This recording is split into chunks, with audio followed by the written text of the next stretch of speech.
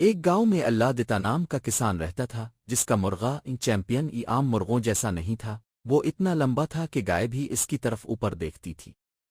Champion کی لمبائی 5 fit تھی اور چونچ اتنی تیز کہ کیل ٹھوک دے۔ ایک دن اللہ دتا نے سوچا، اتنے لمبے مرغے کے ساتھ میں کھیت نہیں ملا جیتوں گا۔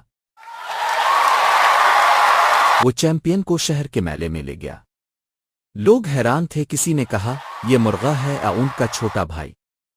چیمپئن نے موقع پر ڈانس کرنا شروع کر دیا، ٹانگیں لمبی، ڈانس لمبا۔ جج بولے یہ مرغا نہیں، یہ تو کسانوں کا مائیکل جیکسن ہے۔